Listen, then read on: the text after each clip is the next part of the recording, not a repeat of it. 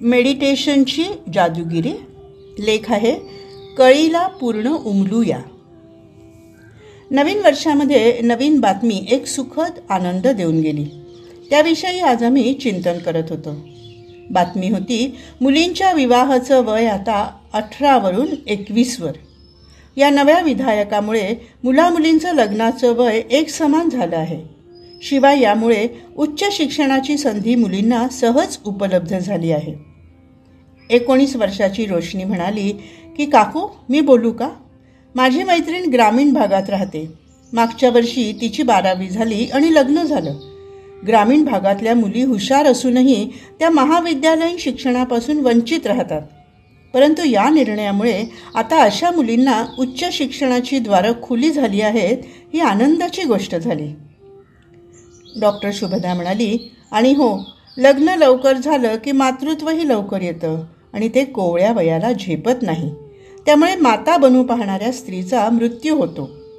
तो मृत्यूदर या नवीन निर्णयामुळे कमी होणार आहे आणि त्यामुळे आईचे आणि बाळाचंही स्वास्थ्य निरोगी राहण्यास मदत होणार आहे. त्यामुळे बाळाची वाढही यथायोग्य होऊ शकेल. प्रोफेसर संजीवनीताई म्हणाल्या, आणखीन एक मुद्दा आहे. जेव्हा आई शिकते, उच्च शिक्षित होते, तेव्हा मुलांनाही ती शिकवते.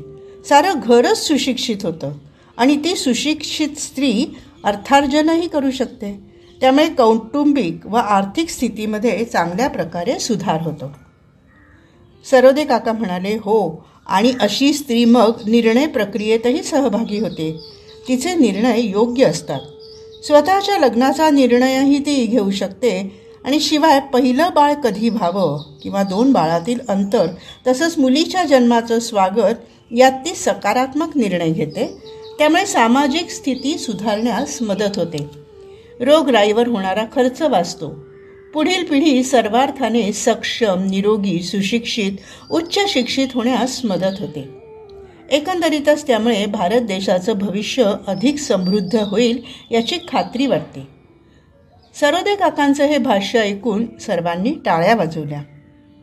मी म्हणाले, खरंच मुलीच्या विवाहाचं वय आता 18 वर्षावरून 21 वर्ष झालं. ही बातमी एक क्रांती करणारी बातमी आहे. हे आपल्या भारत सरकारचं ऐतिहासिक आणि क्रांतिकारी सकारात्मक पाऊल आहे, निर्णय आहे. आपण सर्वजण याचं स्वागत करूयात. नवीन वर्षात मिळालेली ही एक प्रेमळ भेटच आहे.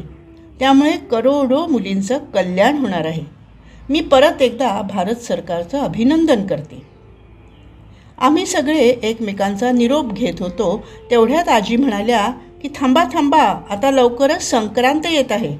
पुढच्या वेळेला संक्रांतीनिमित्त मी तिळगुळाचे लाडू घेऊन येईन आणि आपण सगळेच इथे सामुदायिक हळदी कुंकाचा कार्यक्रम करूयात. सुखदा म्हणाली, सर्वांना ॲडव्हान्समध्ये तिळगुळ घ्या आणि गोड गोड बोला. हार्दिक शुभेच्छा. हा लेख इथेच समाप्त होत आहे. आंतरराष्ट्रीय नोबेल पीस अवॉर्डसाठी नामांकित श्री जन्माचे स्वागत करा चळवळीच्या आद्यप्रवर्तक आणि राजयोगा मेडिटेशन जीवनपद्धतीच्या अभ्यासक डॉक्टर सुधा कानकरिया लिखित पुस्तक मेडिटेशनची जादूगिरी.